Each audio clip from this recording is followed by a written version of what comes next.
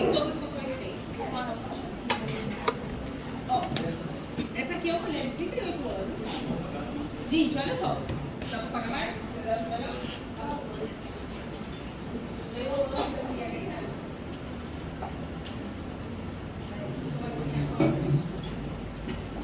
Tá bom assim?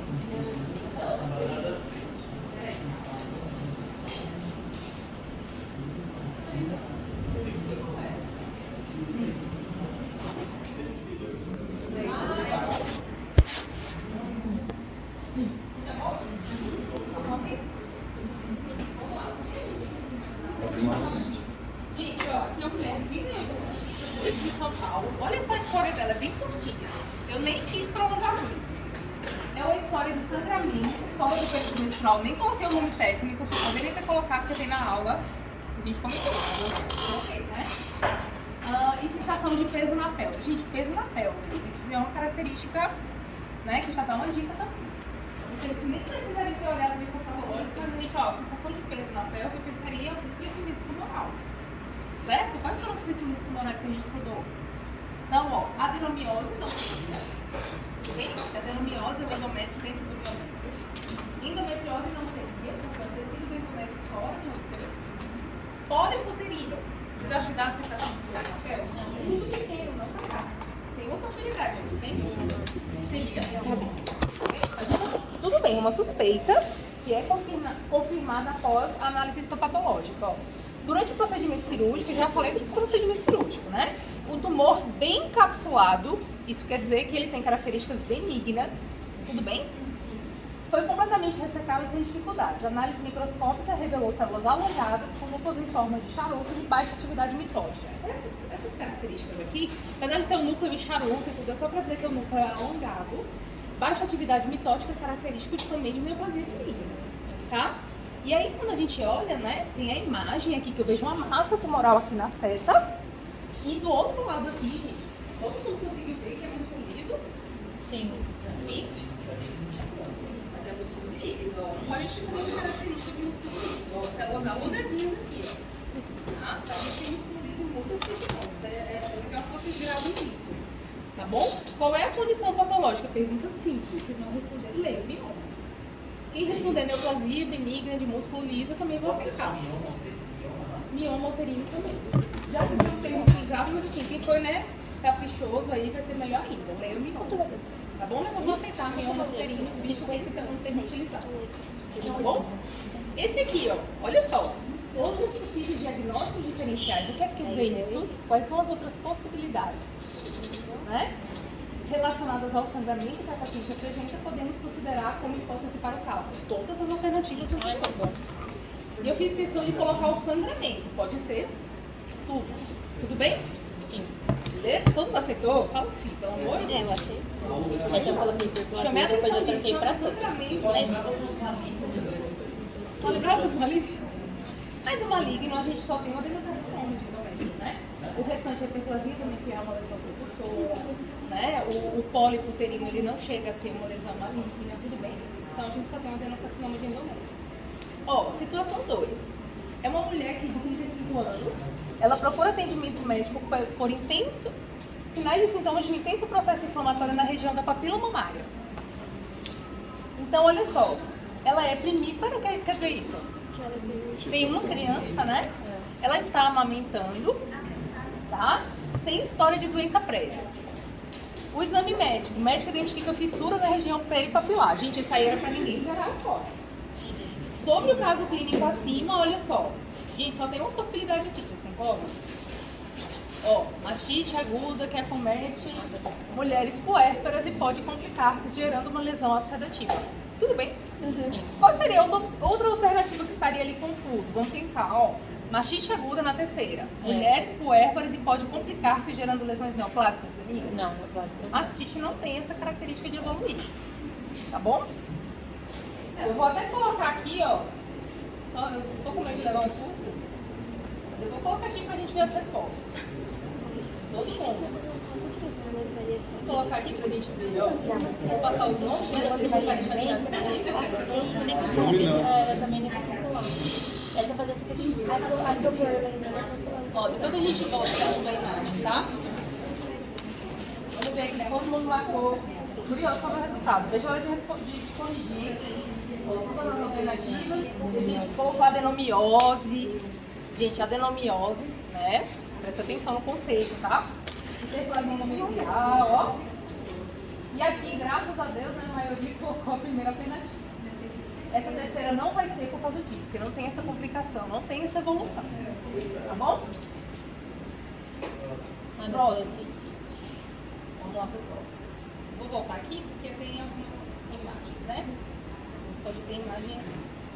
Vamos lá, ó. Paciente feminino, 48 anos, dor iniciada às 6 horas. Aqui, gente, é um quadro clássico de quê? Colecistite, tá? A paciente, ela tá com dor, ela tem história de reposição hormonal, faz diferença isso? Faz, por causa do estrógeno. Exatamente. Então, tem toda uma queixa aí de dor abdominal no quadrante superior direito, irradia para o ombro direito, tem febre. E aí, no exame físico, ó, com um sinal de Murphy positivo, tá? Tem toda essa característica aí. E ela tem no exame físico dela alguns indícios que fazem ela ter essa característica, né? Ó, ela tem um ganho de peso, ela tem reposição hormonal, né? Obesidade grau 1. E nos exames laboratoriais, ó, leucocitose, com predomínio de neutrófilos, elevada excreta de transaminases hepáticas. Não tem por que aumentar tanto assim, né? A ultrassom revela a presença de múltiplos cálculos na vesícula biliar com espessamento da parede da vesícula. O que quer dizer isso, esse espessamento da parede? Sugerindo colecistite. Então, ela tem inflamação associada com a presença do cálculo. Então, quando você tem o cálculo, isso também é um fator de risco para a inflamação da vesícula biliar. Tudo bem? Essa última frase, não há dilatação de vias biliares, Tá. quer dizer que não está nos ductos? Quer dizer que não... Está no istmo, é isso? Isso, quer dizer que eu não tive nenhum cálculo ainda saindo aí da vesícula. Mas a própria vesícula está inflamada e eu tenho calculose ali. Tá bom? Aí as perguntas eram também bem tranquilas, ó. Vocês iam explicar a patogênese da colecistite. Não era da colelitíase. Vocês iam falar do processo de inflamação. É a disfunção do ducto. Vamos ver, tem algumas alternativas, quer dizer, alternativas não, vocês teriam que falar, ó, da distensão da vesícula, tem que ter no teste de vocês.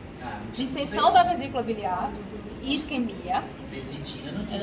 hidrólise de lecitina. Na verdade, você vai imaginar, né? Que quando você tem um processo inflamatório, você tem estase daquele conteúdo. Não, estase, E aí- estase é qualquer hora. Mas você tem degradação desse... Tudo bem, gente, vamos ver para ver o que vocês colocaram. Mas você tem degradação desse produto e transformação de lecitinas, que isso é tóxico, né? Para aquele ambiente ali da vesícula biliar. E danos pelos sais biliares. Liberação de prostaglandinas. Aí a gente vai ver, né? Se vocês falaram dos sais biliares ali, da formação desse cálculo. Falaram não? Esqueceram? A gente falou. É porque, às vezes, vocês falaram da colelitíase. Tem que falar do processo inflamatório. Tudo bem, mas tem que ser contextualizado. Então, assim, Só se eu conhecer lá da coletividade. vai ter uma parte aí de pontuação, porque você falou do cálculo. O cálculo, a presença do cálculo também provoca o processo inflamatório. Então também tem a ver.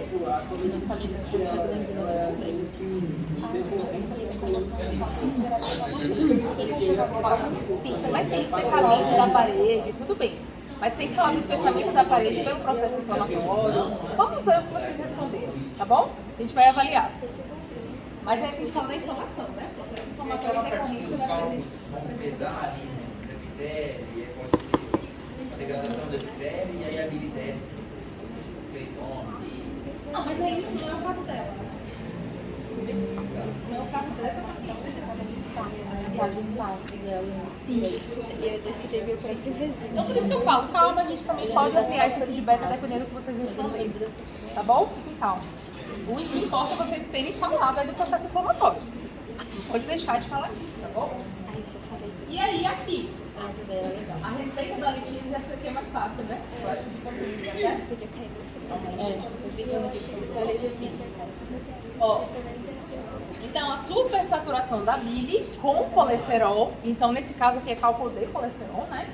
Leva à precipitação de cristais de colesterol, monoidrato e formação de cálculos. Outros tipos de cálculos existem, vocês sabem, né? Pacientes que têm, por exemplo, anemia hemolítica fazem cálculo de quê? De hidrato. Alimentado e misto. Então tem alguns tipos de cálculo, nesse caso aqui vai ser cálculo de colesterol, tá bom? Tava tranquilo, não tava esse aí? Tá. Bom, agora Agora vamos lá. Agora é um homem, 53 anos. Ele apresenta dor, né, nas costas e náusea a menos de 8 horas. Aí tem elevação de enzimas, lipase e amilase. Chama a atenção de quê aí? Qual o processo? Pâncreas, né? Processo agudo ou crônico? Agudo. Gente, vendo a elevação de enzimas, lipase e amilase, a gente já pensa no processo agudo de inflamação no pâncreas e não crônico. Tudo bem? Aí, olha só, fala que nos exames de imagem, o ultrassom abdominal à beira do leito foi realizado pela equipe de pronto-socorro, interpretado como demonstrando uma vesícula biliar com colelitíase. Então, fiz a contextualização aí. Esse paciente tem cálculo de vesícula, né? E esse cálculo foi ali para o ducto, obstruiu e impediu a saída de substância pancreática. Tudo bem? Então, ele tem uma associação aí de duas patologias, tá? E aí ele tem, ó, confirma a colelitíase, vesícula biliar de parede fina com o ducto biliar comum dilatado, então tem uma pressão ali aumentada, né, nas vias biliares, tá? Evidência de inflamação peripancreática localizada na cabeça e no corpo do pâncreas. Beleza? Sim. Isso é uma das causas mais comuns de pancreatite. Então, por isso que eu fiz questão de colocar esse tipo de caso para vocês. Com base no caso, defina o diagnóstico do paciente acompanhado da sua causa. Pancreatite e etilismo. Vocês tinham que colocar pancreatite e por quê? Obstrução por cálculo biliar. Gente, aqui não era o álcool. Ou pela presença do álcool. Crónico, O que é que você colocava? que causa etilismo crônico que ia causar o cálculo. Também. O etilismo crônico também causa o cálculo. Mas nesse caso aqui não teve evidência do cálculo ali. Gente, não teve evidência? Não demonstrou o cálculo passeando ali no ducto? Vocês não precisavam nem pensar, estava ali no exame. Ó, vou ler o que é que vocês colocaram. Mas vamos ver lá o que fala do etilismo. Vamos tirar essa coisa. Paciente, etilismo crônico e tabagismo. Tudo bem, paciente etilista tem tendência a fazer pancreatite, mas pelo quê também? É por obstrução também. Quem colocou obstrução, também é obstrução. Só que a obstrução, nesse caso, é o líquido que lubrifica os ductos, que fica espesso e forma aquelas massas ali dentro. Então, é obstrutivo também, tá? Mas é a própria lubrificação mucoide ali, né, dos canais do pâncreas, que transforma esses plugs aí, faz obstrução. Vamos ver o que vocês responderam? Mas nesse caso tinha cálculo facial. Tudo bem? Muita gente errou esse? Sim. Tem um slide só pra falar disso na aula de pancreatite, né? Mas esse macete aí de quando a lipase e a amilase tá elevada, aguda, não é isso não. Como não? Eu Amilase e lembro do lipase? slide lá que tava falando, mas é mais lipase do que amilase. Não, mas assim, ambos podem estar aumentados. Só que qual é o específico do pâncreas? Amilase ou lipase? Amilase ou lipase? Lipase ou amilase? Olha, vamos voltar lá na aula? Abra uma aula aqui. Você tem um aumento de 3 vezes duas vezes o outro. Qual é que aumenta mais? É lipase ou amilase? Geralmente fica 15 dias, a amilase fez assim. Ah, sim, você tem uma maior, você tem um aumento rápido de uma enzima. E a outra fica aumentada por mais tempo. Qual é? Tirei a... Lembram disso? Mas tudo bem, isso não importa agora. Mas eu quero que vocês abram uma aulinha lá só pra gente ver. Não, na hepatite crônica, como o paciente ele perde parênquima pancreático, não necessariamente ele tem uma elevação tão grande de enzimas. Às vezes ele tem um quadro clínico, que é uma pancreatite, ele toma uma medicação e passa. Aí ele vai tendo outra crise, é uma forma, digamos, mais leve. Como você colocou a pancreatite em geral, vamos ver o que é que você justificar. Porque crônica, nesse caso, olha a relação de Vocês pensaram no processo crônico do pancreatismo? Foi isso? Bom, é porque assim, vejam bem, gente, o etilismo ele sim colabora com a pancreatite. Mas o paciente não tinha cálculo de vesícula? Qual foi que provocou a obstrução que vocês acham nesse momento aí? Pode. O etilismo para mim também é um processo mais crônico, uma causa pancreatite crônica. Sendo o alcoolismo uma causa. Você entendeu? Tem aumento de amilase, é etilista, tem cálculo. Vou pensar, olha, posso ampliar o feedback, mas gente, vejam bem. Você tem ali, você tem um órgão, certo? Que é a vesícula, E você tem ductos biliares. Pessoal, presta atenção, olha só. Isso é uma situação comum, gente, não é na minha cabeça não. Isso, você tem as vias biliares, não tem? Eles não se comunicam ali. Quem é que se comunica ali nessas vias biliares? Quais são os órgãos? A vesícula e o do outro. Certo. Vesícula envia bile através do mesmo ducto, não é? Então, se o cálculo sair dali da vesícula, ele obstrui qual ducto? O ducto comum aos dois órgãos, tudo bem? Isso impede a saída de substância pancreática pela papila maior.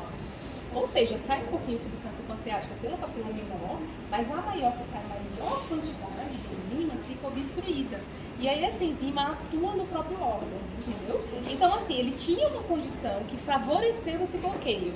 Ah, professora, ele também era etilista e também favorecia. Sim, mas esse processo duraria mais tempo do que esse processo aqui. Ele a qualquer momento poderia ter uma pedrinha que fizesse esse caminho. Então, assim, quem tem pedra na vesícula ou polilitíase, o que é que tem que fazer? Retirar a vesícula, porque é um risco iminente de pancreatite, entendeu? Então, assim, ele tem a todo momento esse risco. O paciente que é etilista, não quer dizer que ele vai ter amanhã que uma pedrinha vai passear ou que vai bloquear. Ele demora mais tempo. Vocês entenderam por que o processo é agudo? No entanto, eu vou ler com carinho vocês responderem. Mas na clínica, não adianta eu dar ponto para vocês. Quando vocês chegarem na clínica, no consultório, isso vai acontecer. E aí vocês têm que saber que a causa é o cálculo. Tudo bem? Então, assim, tudo bem, o professor é legal, mas na vida real é isso. Vocês entendem? Então eu vou ler o que, é que vocês responderam, o que, é que vocês justificaram, mas vocês precisam gravar isso. É que não tem sintetismo crônico, a gente associou o utilismo e assim, eu preciso associar uma pancreatite crônica. Tá, mas o etilismo crônico quer dizer que ele faz um uso, né, contínuo de álcool. Mas o paciente que pode ter uma pancreatite crônica, pode. Ele pode ter uma pancreatite crônica, e não, mas veja bem, ele tem as duas coisas. Então, qual foi o causador desse momento agudo aqui no pâncreas? Foi a pedra.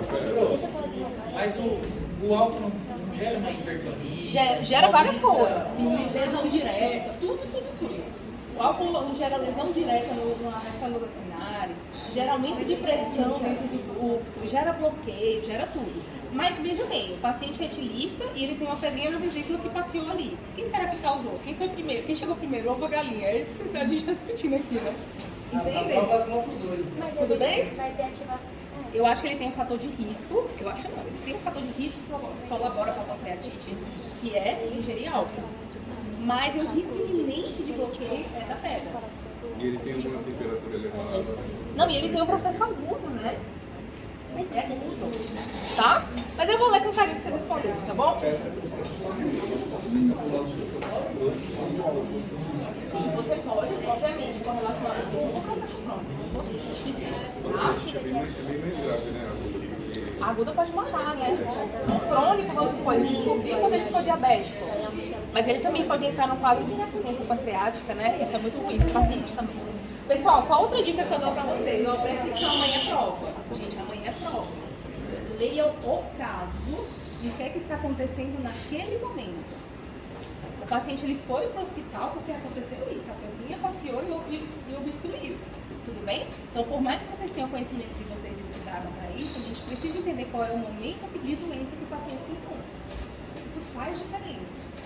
Tudo bem? Lembrem disso. Vocês estão lendo ali o paciente, tem um cálculo, obstruiu e tal. É o cálculo que sofre. Apesar da gente saber os fatores de risco. Tudo bem? Eu vou ler o que vocês escreveram. Mas, por favor, leiam, relacionam com o caso clínico. Você tem o conhecimento com base para avaliar o caso clínico naquele momento. Mesma coisa quando você tiver com o seu paciente, né? Colelitismo com coledopolitismo de dilatação de 14 milímetros. Colelitíase é o quê? Vamos lá. Colelitíase na vesícula. Coledopolitíase no canal. Então, com 14 milímetros, eu não sei qual é a referência, se é muito, se é pouco. Aí, não sei, de verdade, não sei qual é a dilatação. Calma, não vamos tão profundamente. Pois Você está é. perguntando? Não, mas entenda, a pergunta era simples, era para você definir o diagnóstico. Eu não vou nem perguntar de parte clínica, que não me cabe, vai ser lá os professores lá da clínica. Mas aqui era qual é o diagnóstico é crônico agudo. Tudo bem? Qual é a causa? Vou ler o que vocês escreveram. Saber.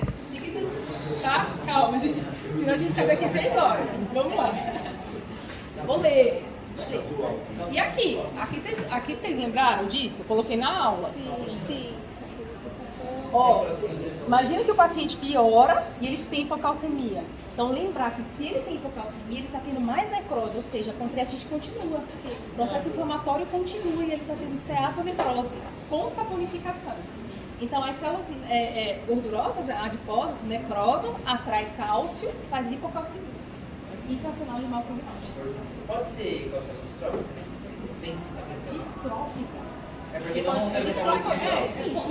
Você pode chamar de classificação distrófica, mas vocês precisam pensar o que é que significa cálcio se não sabe. Eu não lembrava de saponificação. Tudo bem. Eu expliquei isso, eu coloquei Você foi, né? Tudo bem, você quis falar do distrófico, tudo bem.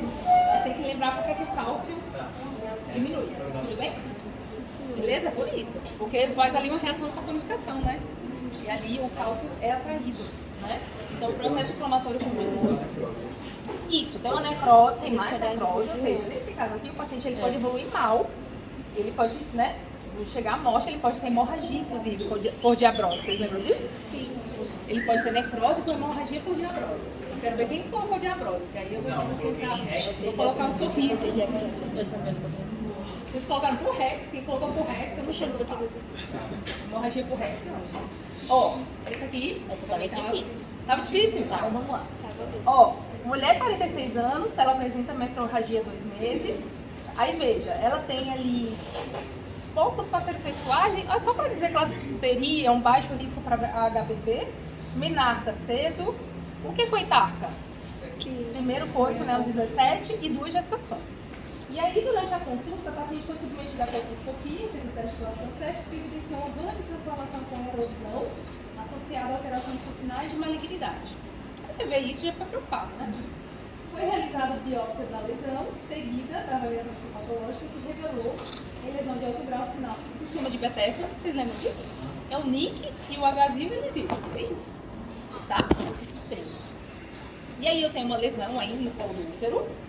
E aqui, gente, lembra aqueles terços do epitélio? Epitélio basal, intermediário e superficial. Aqui eu já tenho um acometimento de pares. Basal, intermediário. Vejam que a camada basal ainda tem célula escamosa. Tá? Ó, assinale a alternativa que indica os critérios microscópicos avaliados nas classificações empregadas. Ó, atipias, displasias, expansão das células imaturas acima do estrato basal e presença de coilócitos. Deixa eu ver a outra aqui, ó. A outra tá errada na última, vê se eu pensei certo. A atipia, a capacidade de maturação de células seria endometriais. Seria ecto, né? Endometriais. Essa também errada, mas eu tinha marcado essa por quê? A HPV 16.8 é alto risco, ok? Relação citoplasma. Mas tá errado o tecido, né? Não, eu sei. A única coisa que diferenciou foi no ecto. Ó, gente, segundo, displasia, expansão de células imaturas acima do estrato escamoso, reação pelo teste de Schiller. Não é isso, né, que o exame avalia, tudo bem? O teste de Schiller é um teste ali que a gente usa no GOL. Metaplasia, maturação celular acima da linha de coilócitos, expressão de oncoproteínas. Expressão de oncoproteínas é muito, né, a gente não faz isso, né, a gente não faz isso de rotina, não. E o último é por causa de células endometriais, não é endométrio, é ectoceles. Tudo bem? Ectoceles, não é endometrial, né? Ó, células endometriais não, células da ectoceles. Poderia até confundir com endoceles, né? Mas é da ectoceles, células ectocelicais. Não dá. Se fosse ecto, dava certo. Mas vocês viram que não estava difícil? Foi um deslize. Quem colocou aí foi um deslize. Foi porque estava difícil. Ó, a maioria dos carcinomas de colo do útero ocorre na região chamada zona de transformação. O que é isso? A JEC. Ali na JEC, onde a gente tem o encontro do epitélio escamoso com o epitélio colunar simples, eu coloquei isso na atividade de vocês. Lembra quando era? Era ruim? Não, veio. Era assim. Tava de lado? De lado. Aí tava lá, 1, 2, 3, bonitinho. Horrível você. Mas o importante é lembrar que eu tenho um epitélio escamoso aqui, que é estratificado, e um epitélio simples desse lado. Então, nessa região, ela... Por que ele tem atipia? Por essa... Na verdade, ali... Não é, mas no ecto já era? Acabou? Desde a vagina até lá... Atipia? Não, porque ele tem... vamos lá. O HPV, ele tem preferência por células que proliferam muito. Por isso que ele tem atração por células da camada basal, que são células mais jovens com capacidade de proliferação. Nessa região da JEC, são células que têm capacidade de fazer metaplasia, ou seja, células escamosas se transformam em célula ectocervical. E daí elas também têm capacidade de transformação. E aí o HPV ele gosta de células que têm capacidade proliferativa. Por exemplo, células superficiais para ele não importa. Ele vai infectar a célula superficial, a célula vai embora, descampa nada, não faz sentido. Então o HPV ele é atraído por células com potencial Pra mim, ele proliferativo. tem uma imagem mostrando ele não é ectocervis. Não, mas células ectocervicais, a camada basal do epitélio. Entendeu? Mas entendi por que você justo a JEC. A JEC, na verdade, a JEC também é camada basal, são regiões onde tem muita proliferação. São células com capacidade de serem células tronco. Entende? São células que renovam aqueles epitélios. Não vale a pena para o HPV infectar células da camada superficial. Não, tudo bem. Só que ele é basal, ok, Também só que é da célula- ecto. Não, mas ali aquela JEC só quer dizer que é um epitélio se transforma no outro. Essa célula tem essa capacidade. Tudo bem, vamos ler. Vamos ler essa de falar. Não, elas são células que se transformam, elas têm capacidade de transformar o epitélio no outro. Então elas têm esse potencial de fazer essa diferenciação. Célula madura não multiplica. Essas células têm capacidade de fazer metaplasia. Tá bom? Célula madura não faz sentido. Né? Tudo bem? Aí você está falando do HPV. Isso, HPV. Tem embaixo, vai ser, né? Sim, mas assim, pode acontecer as mesmas coisas. Ah, isso é intracomunário. É intracomunário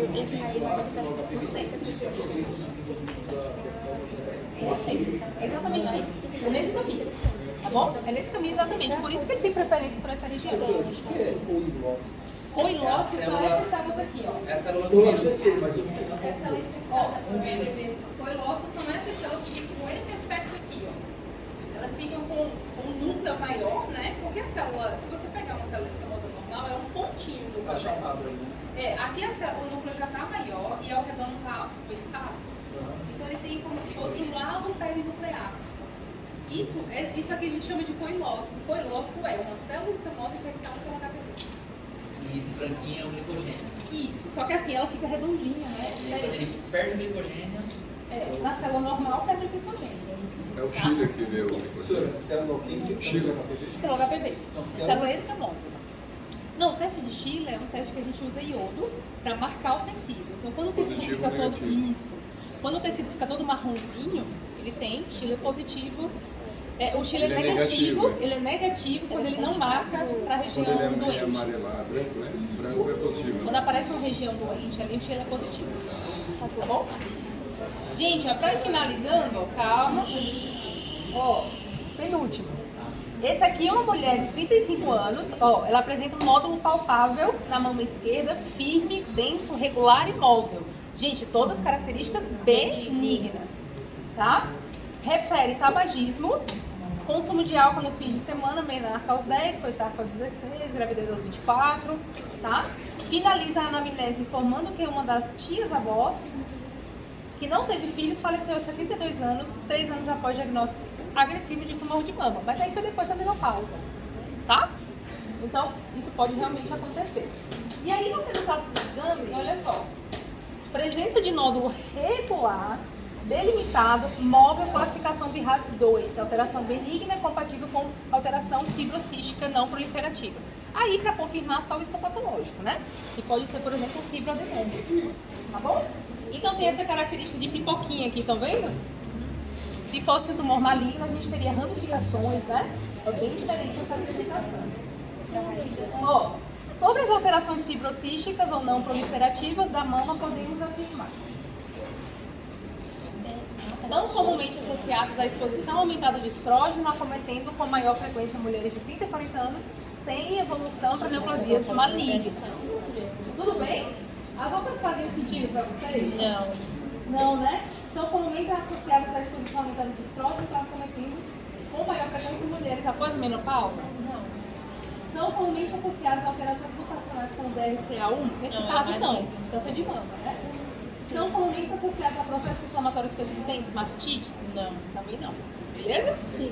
Aí era para todo mundo, né? Acertar essa questão. Ah, essa daí que eu não Ó, sabia. mulheres nulíparas que nunca tiveram filhos tem até 4 vezes maior chance de ter tumores malignos de mama quando comparado a mulheres multíparas. Vocês iam falar da prolactina? Exatamente. Do amadurecimento. Exatamente. Vocês iam falar do amadurecimento do epitélio mamário. Da ação da prolactina. Resumindo, isso aqui, ó. Vou deixar pra vocês verem. Eu mando pra vocês, tá? Ó, exposição à prolactina e progesterona durante o período gestacional estimula a maturação das células luminais mamárias, tá? Tornando-as menos suscetíveis a mutações resultantes pela exposição do estrógeno.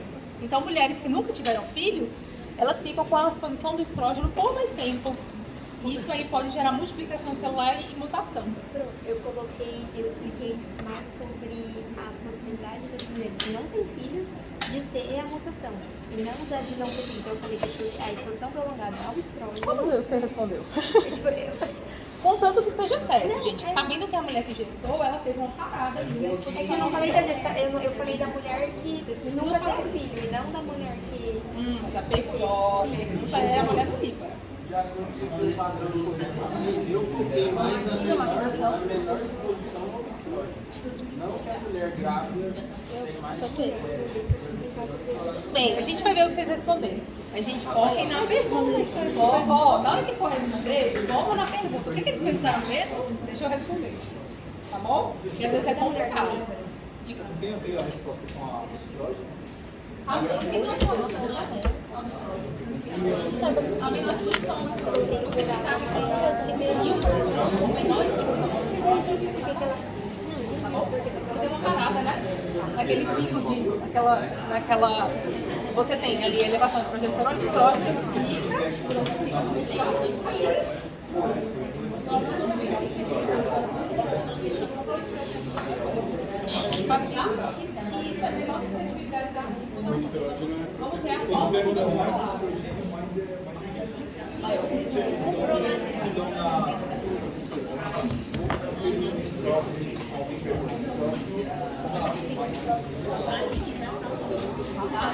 Então, assim, a mulher que nunca engravidou, ela nunca parou com esse ciclo.